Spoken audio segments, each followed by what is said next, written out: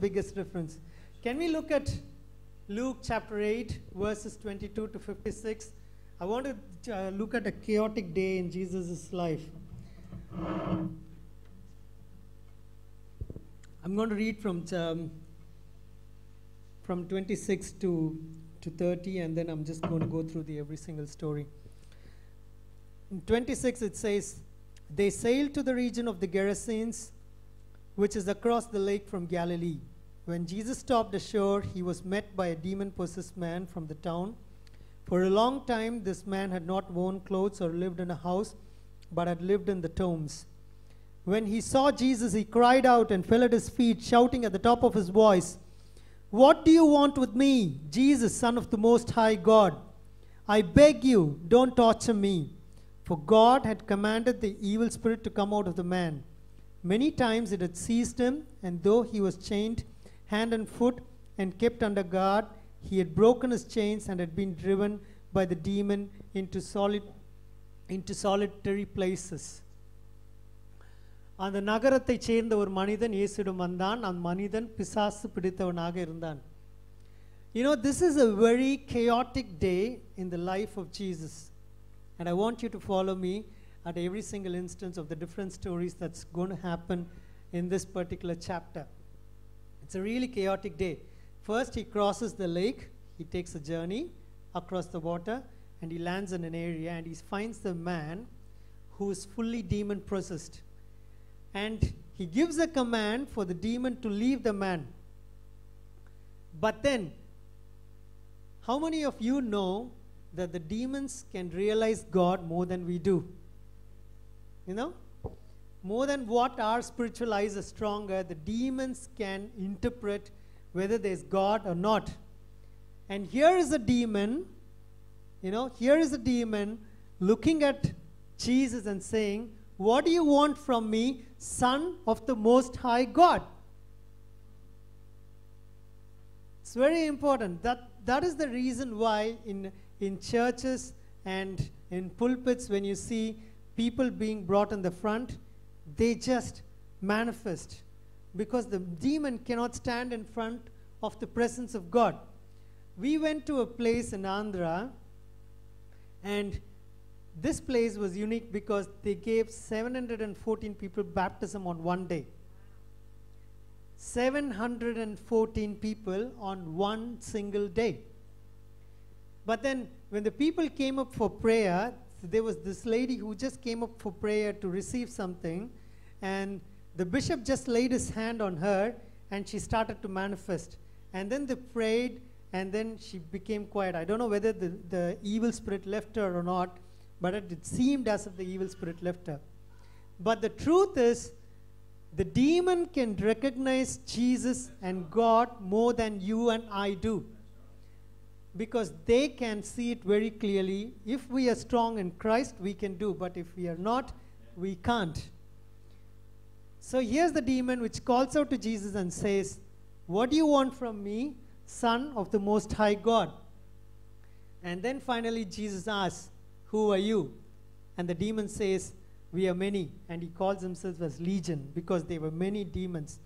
So Jesus commands this demon to leave the man. And then finally what happens? The demon says, "We are so many, let us get into the swines." And the demons get into the swines, and they drown into the water, and all the pigs die in the seawater. But then looking at this, the people from that village react in a very different way. They react saying that, "Jesus, please leave the place," because they think they're going to lose everything that they have. The demon is interpreting correctly as to he's a man and the Son of God, whereas the people from the area cannot see that. However, I just want to stick to the fact that it's a very busy day for Jesus.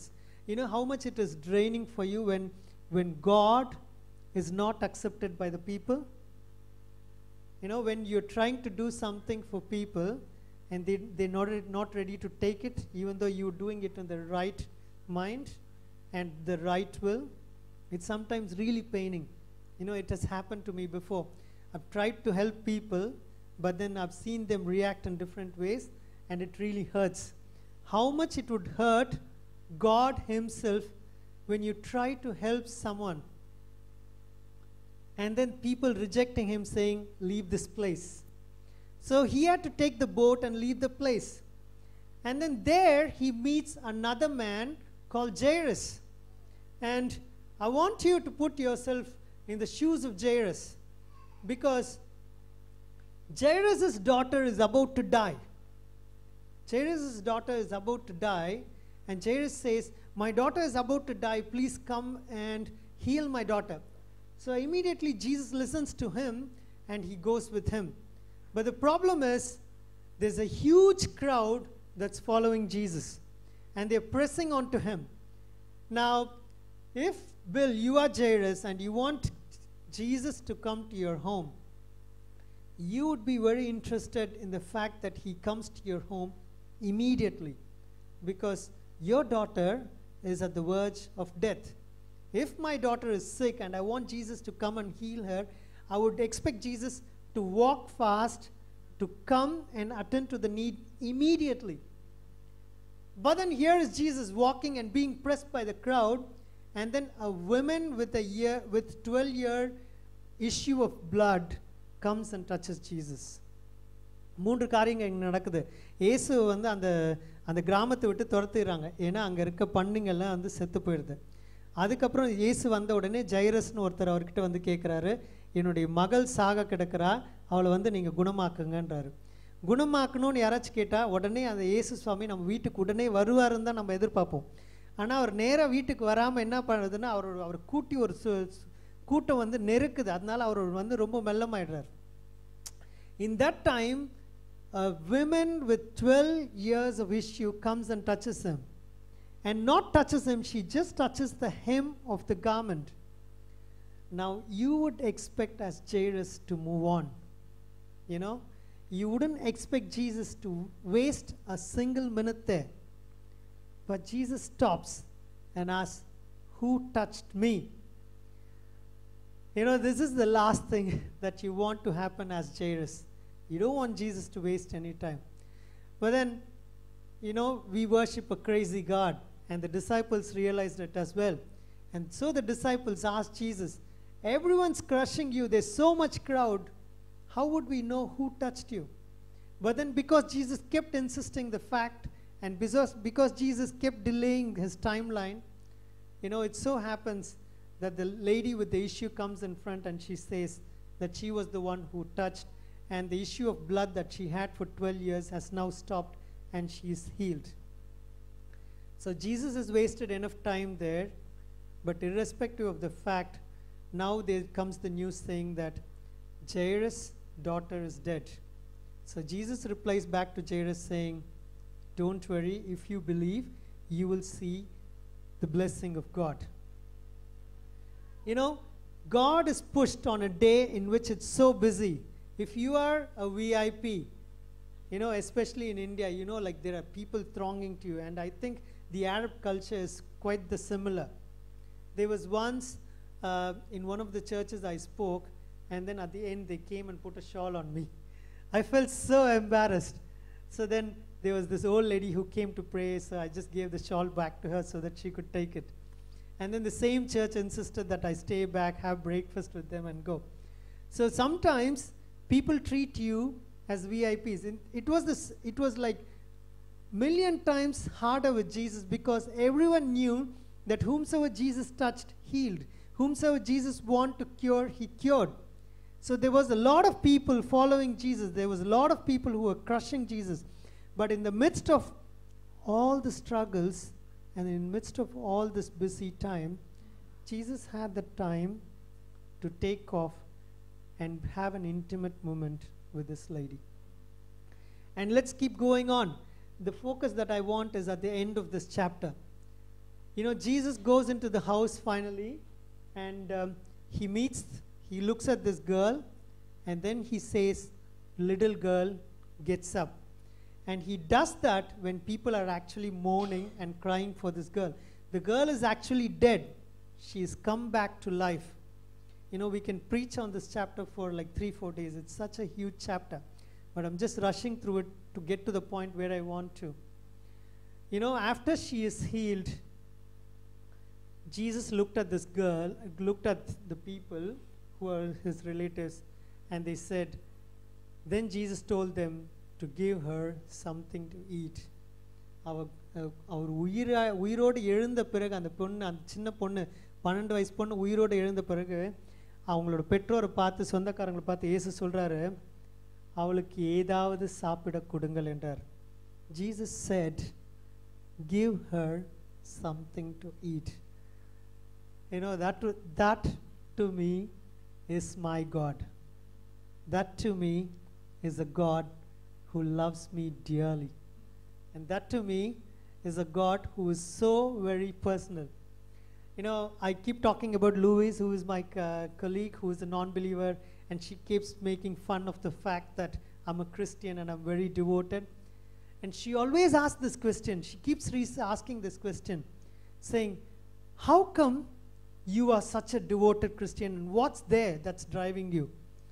And I always tell her that it reaches a point where it becomes very personal between you and God. And this is that very personal moment.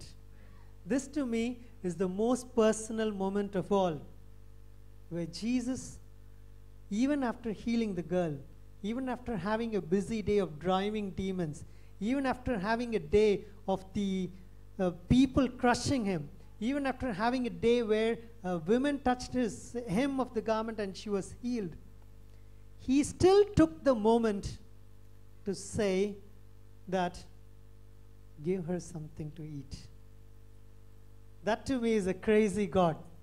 You know, who loves you so blindfolded, who cares for you so much. A God who cares to the extent where even the hairs of your very head, even the hairs of your head are numbered. You know, God loves us to such an extent where he is so intimate, and he cares not only about your thoughts, he also cares about whether you eaten or not. You know, Pastor Lynton and Pastor Rose went through some really tough times in the last year, and it was so sad to see them going through such stress period. And then, you know what, Pastor? God would have thought, there are times when you guys skip your food and you would have felt really bad at it. God cares so much. A God who created heaven, the earth, and the stars, and all the galaxies can just stop for a second and say, give him something to eat. That to me is the most lovable part of this whole Bible. You know, it just touches my soul when God could look at me and say, why don't you eat something? You know, it's just sometimes my wife Kathy and my mom, they keep repeating the fact that you work so hard, you got to eat well and take care of yourself. You know, that's God's heart, where he gets extremely personal with you to say, I want you to take care. He just didn't rise up the girl from the death. He also made sure that she is taken care of in that very moment. If he would have had all the time in the world, he would just sit with her, spend all his life long with her, just feeding her. But he can't. He had to go around and do a lot more. You know, I took Gabby to St. Thomas Mount. I don't know how many of you have heard about St. Thomas Mount. Ray is nodding his head because my mom took him to St. Thomas Mount. And I wondered, I'm from St. Thomas Mount. I was living there this year, like last year when I went for the vacation. And I thought, how crazy. People here should be knowing about Jesus more than anywhere else because St. Thomas was here. You know, there is a cross which St. Thomas had carved. That cross is still there in rock. And there was blood that flowed out of the cross in the 13th century. I was in the toilet the other day doing the obvious, so I had the door closed. And then Gabby was on the other side of the door, you know. And you know, it was just conversation that goes on between me and Gabby. Gabby knocks the door and she says, Daddy, when did the blood ooze out? and I said, in 1380. She asked, were you there that time? I said, no, I wasn't there. Were I there that time? I said, no, you weren't born that time. Was Party there that time? I said, no. Was Amma there that time? That was no. And then she said, there's another friend of her called Deepu. So she had covered everyone. So she said, was Deepu there at that time? I said, no, Gabby, it was 1380. No one was there at that time. You know, but it's so crazy that a person who actually lived with Jesus, who walked, talked, ate with Jesus, was there in St. Thomas Mount in my hometown. And a little piece of his bone is actually inside the cross. And the whole of his body is actually cremated in a place, laid to rest in a place called Saint Thome, and it's called Saint Thome now. It's underneath in the church, just below the altar. So you can go to his, where he's at. So I didn't take her to the actual place where he's buried, but then I took Gabby to the place where he was killed. There's also another small mount called Little Mount, because it's a really little mount. It's not as big as the other mount. But in that little mount, there's a small cave where he was hiding and where he was drinking water. So a person who actually lived with Jesus was in Chennai. How cool is that? You know, I come from that place, and when Vatican listed the top 10 places to visit as the important places, this was one of the places. It's really one of the best places to visit in India. If you're a Christian, you got to really go to that place, and you got to visit that place. Even if you're not a Christian, you still need to visit that place. Because the view from top of the mountain is so very awesome from there. You can see the whole of Chennai city. It's so wonderful. You got to go there. But I knew today whatever I'm going to speak is what God wanted to speak, because Pastor spoke about the women with the 12-year issue of blood, and that I knew that he would know because he would have seen the PowerPoint. But then Pastor spoke about St. Thomas Mount. And, oh, you didn't see the PowerPoint. So whatever I was about to speak, you spoke. You know, I wanted to speak about St. Thomas, and you spoke about St. Thomas. St. Thomas wouldn't have come to India if he wouldn't have physically put his finger in the nail-pierced hand of Jesus. You know, the point that I wanted to get into today was, if God is so intimate with you, ஆண்டவர் உண்மையாவே உங்களிடத்தில் நெருங்கி இருப்பார் ஆனால், if God really loves you, ஆண்டவர் உண்மையாவே உங்களை நேசிப்பார் என்றால், if you really love God, நீங்கள் உண்மையாவே ஆண்டவரை நேசிப்பீர்கள் என்றால், you will be making a difference in the life of people. Thomas made a significant difference in the life of people. There is actually a news, and I don't know whether it's so true or not. There's a gospel written about Jesus by Thomas. But then they didn't want to include that gospel as part of the Bible because the miracles in that was so supernatural that they thought, well, this can't be real, so they didn't actually include it in Jesus, in the actual Bible. So if God touches your life, it would surely be different.